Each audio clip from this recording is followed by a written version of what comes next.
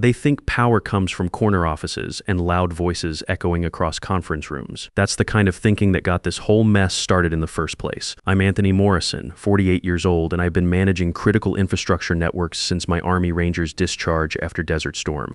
Back when Saddam's boys knocked out our communications during that ambush near Basra, I learned something important. When systems fail, people die. When they work right, missions succeed. Simple as that. I wasn't at Summit Energy Solutions that Tuesday morning in downtown Houston to make friends. I was there for the annual NERC compliance audit, the kind of routine inspection that keeps our power grid from becoming a terrorist's playground. Standard procedure when you're handling the infrastructure that keeps half of Texas running and the SEC breathing down your neck about operational continuity. My diagnostic equipment was already pulling data streams from their trading platform when the trouble started. The 52nd floor conference room had floor-to-ceiling windows facing the ship channel, all steel and glass, trying to look important. Inside, a dozen executives were video calling with their Norwegian partners about some $750 million energy consortium deal, and their connection kept dropping every few minutes. Audio cutting out. Screens freezing. That familiar dance of technology failing when it matters most. I was monitoring network performance from my corner station, watching data packets struggle through their overloaded system like trucks stuck in Houston traffic. The problem was obvious to anyone who understood load balancing. Their video platform was choking their trading systems during peak energy demand hours. Basic resource management failure, but nobody was asking for my opinion. Wesley Pierce, 33 years old, VP of Operations with an MBA from Wharton, and about as much real-world experience as a recent college graduate, was getting red-faced pointing at monitors like that would somehow fix the latency issues. His father Norman had fast-tracked him through every department since he graduated. Classic case of nepotism making good engineers quit and incompetent ones feel comfortable. The Norwegian call was falling apart in real time.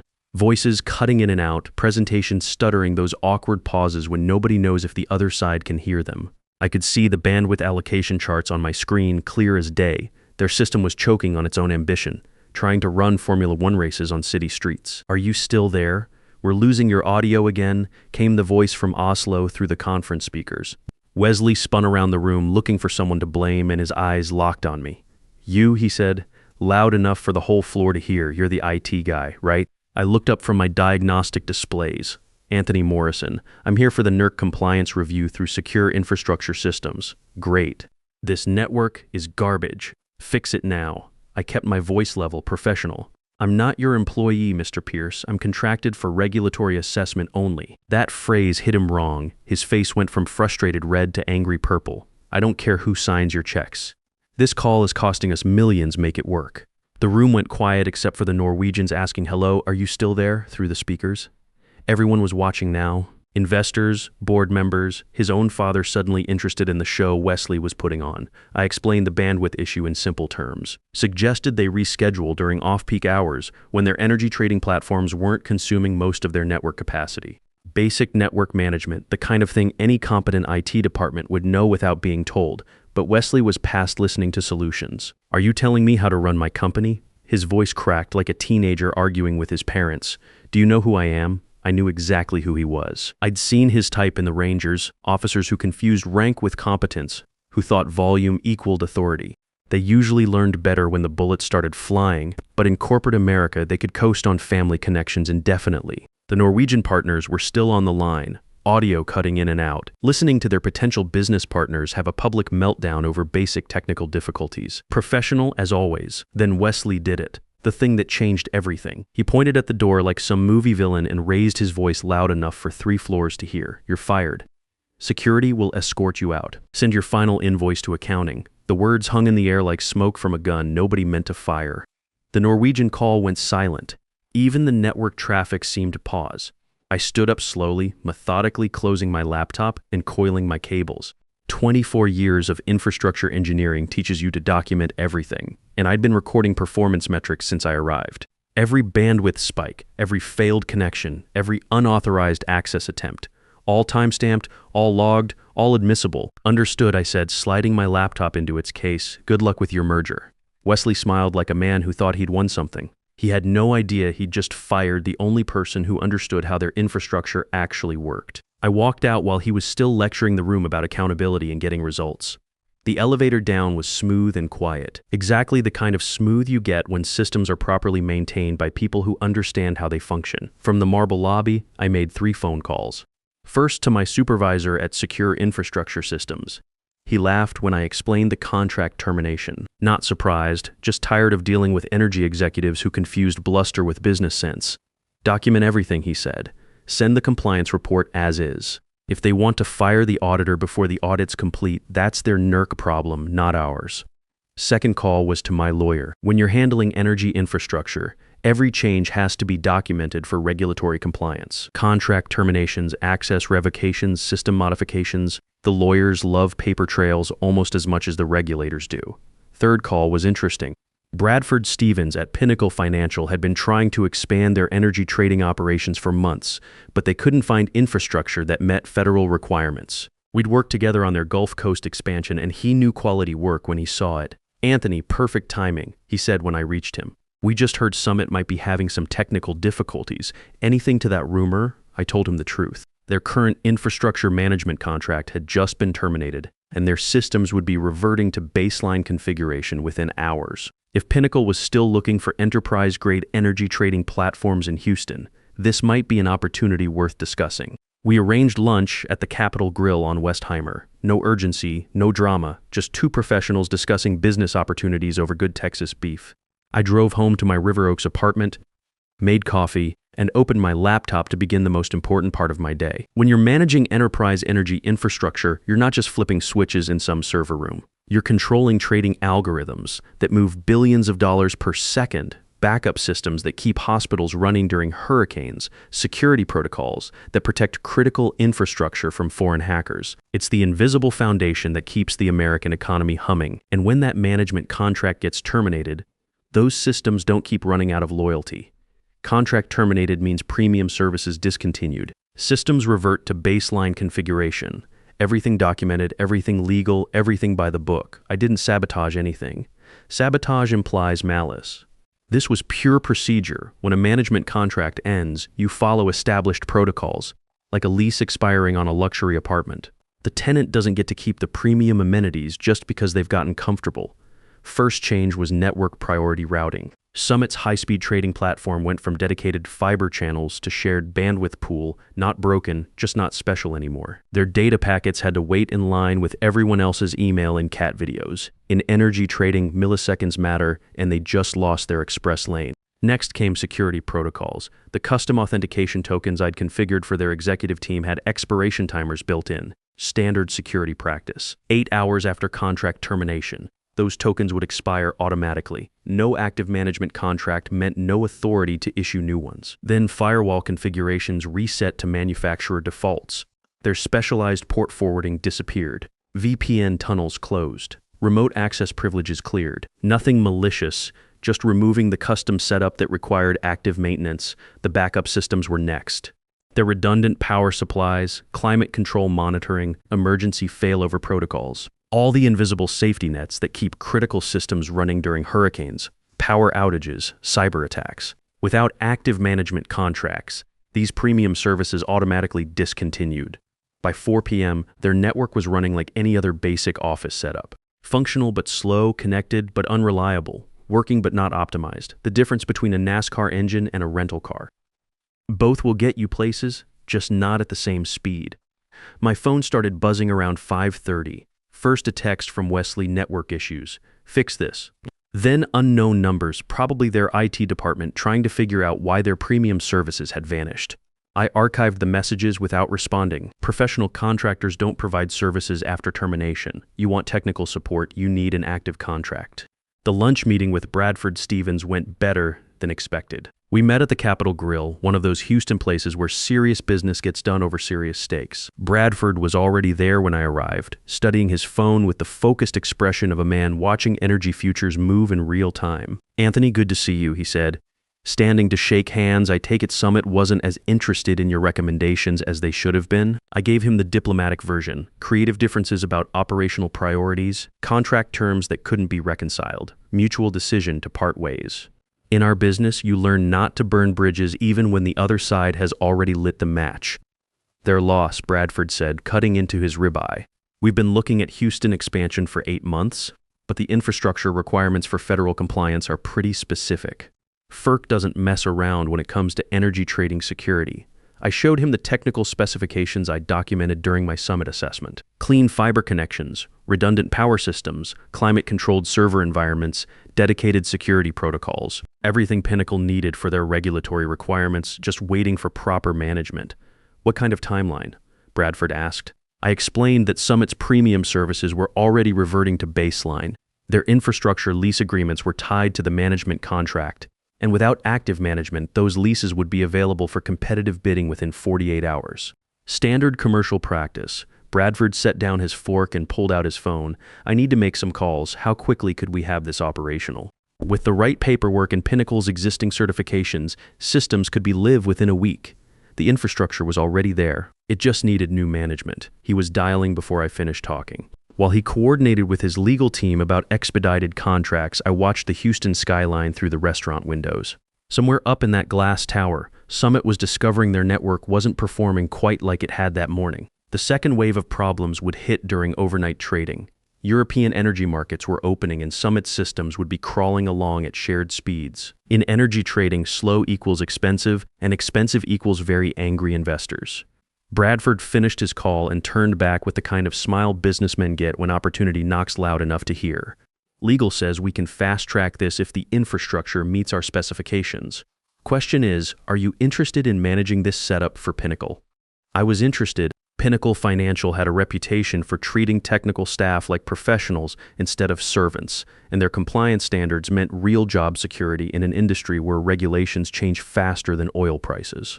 What kind of arrangement? Full contract management, $2.2 million annually, plus performance bonuses tied to system uptime and regulatory scores. Equity options after the first year. I'd been making decent money with secure infrastructure, but this was different. This was recognition, respect, and real authority to do the job right without interference from executives who confused volume with leadership. We shook hands over dessert. I had a new employer before the coffee arrived. Meanwhile, back at Summit, reality was setting in like a slow leak in a pressurized pipeline. By Wednesday morning, their Norwegian partners were asking pointed questions about technical delays and operational reliability. When you're moving $750 million in a consortium deal, every hiccup gets magnified under regulatory microscopes. Norman Pierce called me personally at 7 a.m. Not Wesley this time. The actual CEO voice-controlled but strained like a man trying to sound calm while his company burned down around him. Anthony, we may have had a miscommunication yesterday. I let him talk. He used corporate speak. Regrettable incident, operational challenges, path forward. Translation. My son screwed up and now I'm cleaning up the mess. We'd like to restore our previous service arrangement.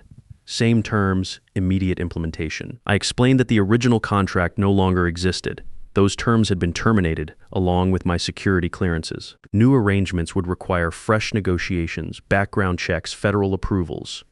The full procurement process that corporate America uses to protect itself from exactly this situation. How long? His voice cracked slightly. 6 to 8 weeks minimum. Assuming your board approves the budget and Pinnacle doesn't object to competitive interference. Silence. The kind that means someone finally understands the depth of the hole they're in. Pinnacle Financial, they acquired the infrastructure management contract yesterday. Very professional organization. Excellent compliance record. More silence. Then, that's our infrastructure. Was your infrastructure. The lease agreements were tied to active management contracts, no contract, no priority status. Pinnacle made a competitive bid for immediate takeover. I could hear him breathing through the phone, probably calculating what this meant for their Norwegian deal, their trading operations, their federal compliance status. The call ended without drama. That's how you know the damage is permanent. When the shouting stops and reality settles in. Within days, Pinnacle's team was already moving. Bradford had called in favors to expedite the paperwork, and by Thursday afternoon, we had federal clearance to begin infrastructure transition. I met their lead engineer, Claire Anderson, at the building Friday morning, former Air Force systems architect, 18 years of critical infrastructure experience. The kind of person who treats energy systems like the serious national security issue they actually are. Clean setup, Claire said, examining the server rooms. Whoever designed this knew what they were doing. Thanks. I spent 6 months getting the specifications right. She smiled. Job security through competence. I like that approach. The transition took 12 hours of careful documentation and testing. Real infrastructure moves require verification, backup procedures, redundancy checks. You don't flip switches when you're handling systems that keep cities running. Claire and I worked through the night, systematically transferring control protocols, updating security certificates, reconfiguring backup systems. Every connection tested twice, every backup verified, every security layer validated. When you're dealing with energy infrastructure, you don't get second chances.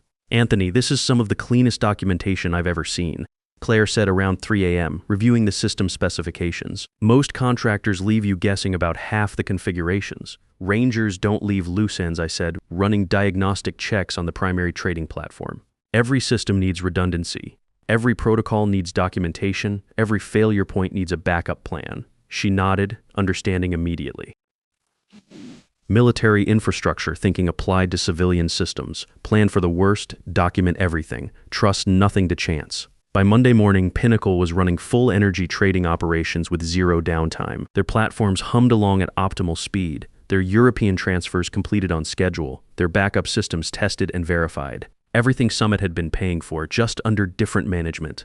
Summit, meanwhile, was operating on basic business internet. Fine for email, completely inadequate for moving billions through global energy markets at microsecond speeds. Their Norwegian partners were getting increasingly uncomfortable with ongoing technical issues that seemed to have no resolution timeline. The energy markets noticed Monday morning when Summit announced temporary operational adjustments. Energy companies don't announce technical problems unless they're serious enough to affect trading operations, and institutional investors know how to read corporate speak. Summit shares dropped 12% in the first hour as algorithmic trading systems flagged the announcement. By lunch, they were down 23% as analysts started questioning operational continuity and consortium viability. I was in Pinnacle's new control center, watching their trading platforms process billions in energy futures without a single hiccup when Bradford walked in with a copy of the Financial Times. Summit's having a rough day, he said, showing me the headline, Energy Giant Faces Technical Meltdown During Critical Merger Talks. Market doesn't like uncertainty, I said, monitoring the data flow rates on my screens, especially when it involves critical infrastructure. FERC opened a preliminary inquiry into Summit's compliance status. When federal regulators start asking questions about energy infrastructure reliability, stock prices don't recover quickly. The Norwegian consortium officially withdrew Tuesday morning, citing unresolved infrastructure concerns in their press release. Translation: they couldn't trust a company that couldn't maintain basic technical operations during critical negotiations. Norman Pierce held a damage control press conference using phrases like strategic refocusing and operational optimization. Energy analysts weren't convinced. Summit ended the week down 31%, and two major pension funds announced they were divesting their energy sector positions. I watched the press conference from my new office at Pinnacle, a corner space with windows overlooking the ship channel. The same view Summit's executives had enjoyed, just from a different building. Feels different when you're on the winning side, doesn't it? Claire said, joining me at the window. Feels like systems working the way they're supposed to, I said. No drama, no politics, just professional competence applied to complex problems. She understood. That's what military people appreciate about good civilian operations. Clear objectives, competent leadership, results that matter. 6 months later, the full scope had settled into Houston's energy landscape like sediment after a hurricane. Summit was still operating, barely. They'd moved to smaller offices in a lower rent district, their trading operations handled through leased facilities that couldn't support their original client base. Norman had quietly reassigned Wesley to what press releases called a strategic advisory role, industry translation, exiled to an office where he could do minimal damage while collecting a paycheck that wouldn't embarrass the family name. Some lessons cost more than others, and this one had carried a price tag in the hundreds of millions. Pinnacle Financial was thriving. They'd expanded to occupy 4 floors of the original building, their operations running with the smooth efficiency that comes from properly managed systems and professionally respected staff. I kept a copy of that Energy Week article in my office, not from ego, but as a reminder that competence eventually gets recognized when it's paired with the right leadership. My reputation in the industry had evolved considerably. The Summit incident became a case study in business schools about how technical relationships intersect with corporate governance and how mismanaging key expertise can cascade into operational failure. The Harvard Business Review published a piece called Hidden Infrastructure Dependencies: When Core Competencies Walk Out the Door. The authors had interviewed dozens of executives about similar situations where technical talent had been undervalued until it disappeared, taking critical capabilities with it. I was invited to speak at energy conferences about treating infrastructure professionals like strategic assets rather than interchangeable support staff. The audiences were mostly other technical people who'd experienced similar situations, and the reception was always the same, knowing nods and quiet appreciation. At the National Energy Infrastructure Summit in Dallas, I gave a presentation called Critical Systems, Critical People. The room was packed with executives who'd heard the summit story and wanted to understand how to avoid similar disasters. Infrastructure isn't just hardware, I told them. It's the knowledge, experience, and relationships that keep complex systems running. When you fire the person who understands your critical systems, you're not just losing an employee, you're losing institutional memory, vendor relationships, and operational continuity. After the presentation, 3 different energy companies offered me consulting contracts to audit their technical dependencies, companies that had heard the story and wanted to identify their own vulnerabilities before they became problems. The speaking engagements led to more opportunities.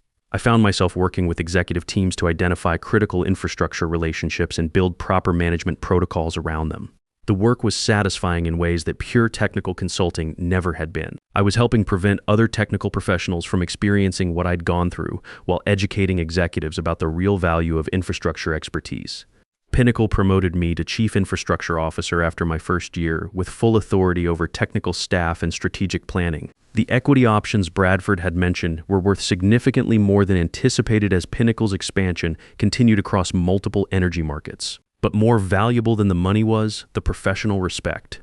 The understanding that technical expertise was a strategic asset worth protecting and developing. I hired Claire Anderson as my deputy CIO, and together we built a technical team that operated more like a military unit than a traditional corporate department. Clear chains of command, documented procedures, regular training, and absolute accountability for results.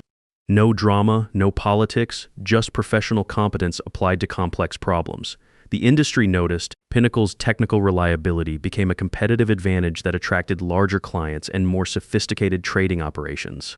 Other companies started trying to recruit our staff, but we'd built something they couldn't easily replicate, a culture where technical expertise was genuinely valued rather than just tolerated.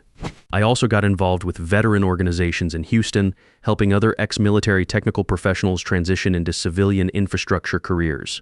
The energy industry needed people who understood how critical systems really worked, and veterans brought the discipline and systematic thinking that complex infrastructure requires. At the monthly VFW meeting, I met retired Master Sergeant Rodriguez, who'd managed communication systems in Afghanistan and was struggling to find civilian work that matched his capabilities. Civilian employers see military on the resume and think we're all about following orders, he said. They don't understand that managing battlefield communications means handling more complexity under pressure than most corporate networks ever see. I helped Rodriguez connect with Pinnacle's expanding operations team. Within 6 months, he was managing backup systems for their Gulf Coast facilities, applying military redundancy principles to civilian energy infrastructure. The same attention to detail that kept communications running under enemy fire now kept power flowing during hurricane season.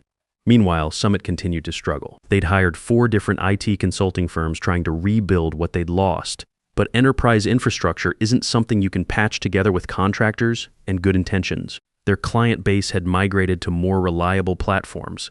Their regulatory compliance remained questionable, and their operational costs had tripled due to inefficient systems and redundant vendors. I ran into Norman Pierce at an energy conference in Dallas 18 months later.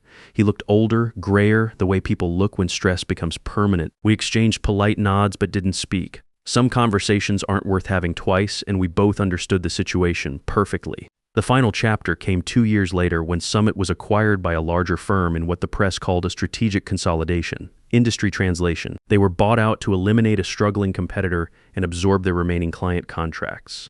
The acquisition price was less than half their peak valuation, and most of the original staff were let go during the integration. Wesley Pierce had left the energy industry entirely by then, reportedly pursuing opportunities in commercial real estate development. I heard through industry channels that he'd learned to keep his opinions about technical staff to himself, though whether that represented genuine wisdom or just expedient caution remained unclear.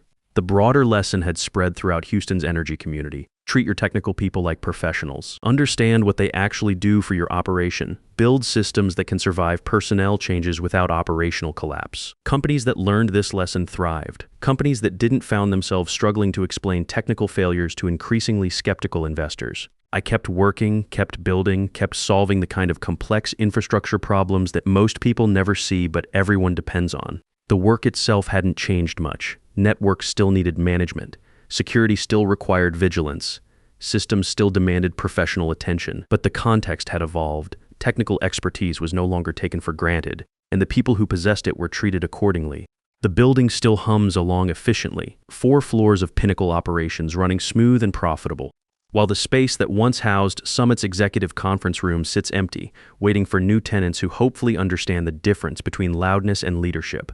Infrastructure doesn't remember personal disputes or corporate drama. It responds to competence, respects preparation, and rewards those who understand how complex systems actually function. Everything else is just noise that fades away while the real work continues, one properly configured network at a time. Some stories end with dramatic confrontations or emotional reconciliations. This one ended the way most professional situations actually conclude. Quietly, with documentation and everyone understanding exactly where they stand going forward.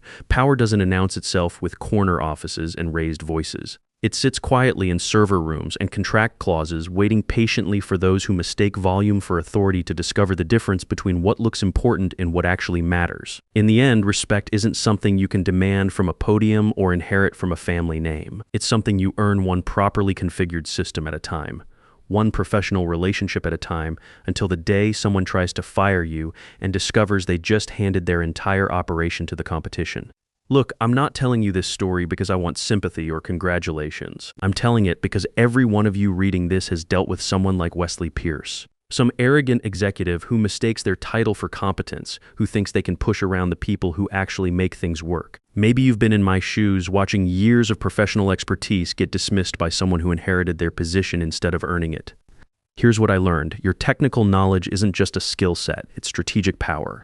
The systems you understand, the relationships you've built with vendors, the institutional memory you carry, that's not replaceable overnight no matter what they tell themselves. Companies are finally waking up to this reality, but it's happening one expensive lesson at a time. Don't let them learn it at your expense. Document everything, understand your leverage, and remember that in today's economy, the person who can keep the lights on has more real power than the person sitting in the corner office. Make sure they understand that before they make Wesley's mistake. I'm freezing. I'm bleeding. Slowly fading away. But don't worry, I'm fine.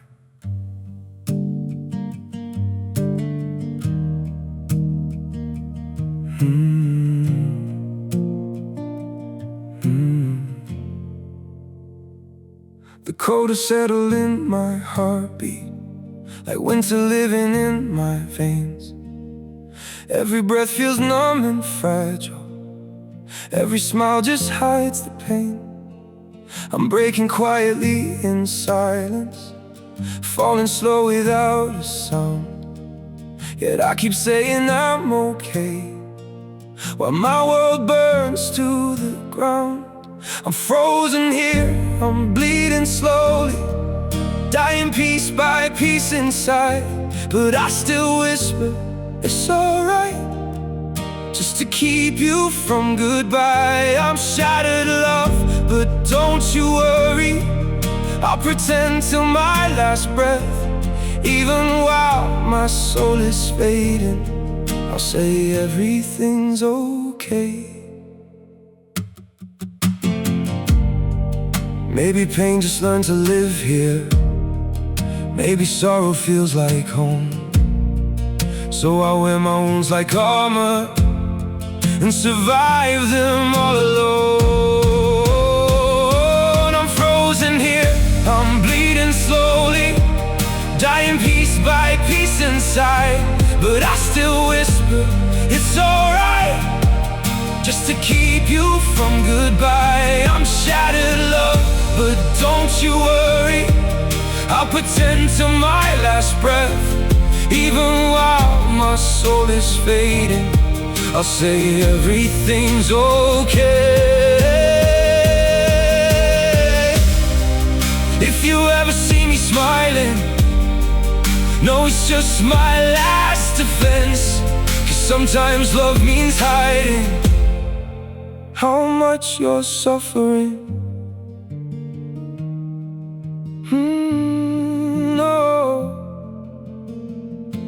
I'm frozen here, I'm bleeding slowly, dying piece by piece inside. But I still whisper, it's alright, just to keep you from goodbye. I'm shattered, love, but don't you worry, I'll pretend till my last breath. Even while my soul is fading, I'll say everything's okay. It's okay.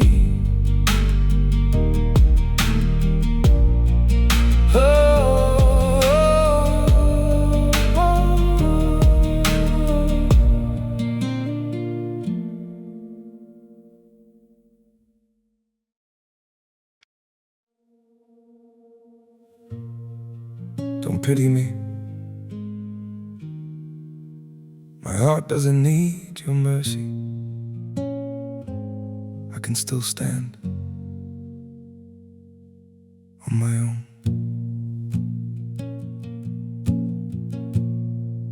I was broken by your leaving, fell deeper than I thought I would. But pain has taught me how to heal now and survive what once I couldn't. You don't have to look back sadly, don't reach out with guilty hands. What you shattered made me stronger, now I rise where I once collapsed. My heart doesn't need your pity, not another empty sign. I've got enough strength left within me to rebuild this life of mine. My feet are steady through the sorrow, I can stand through all the pain. You don't have to save me, darling, I'll learn to breathe again. I once begged for your affection, now I've learned my worth in scars. And the man you left in pieces found his own way through the dark. My heart doesn't need your pity, not another empty sign. I've got enough strength left within me to rebuild this life of mine. My feet are steady through the sorrow, I can stand through all the pain. You don't have to save me, darling, I'll learn to breathe again.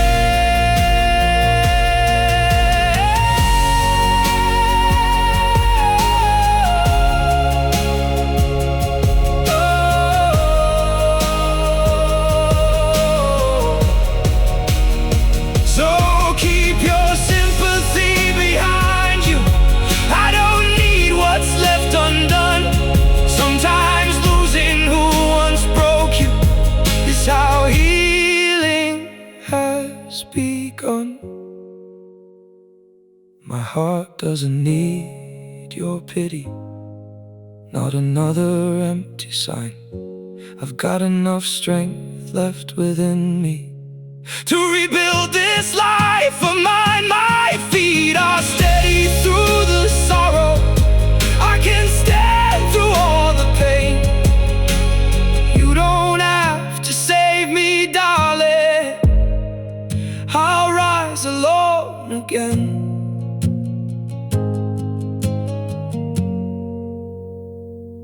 I'll rise alone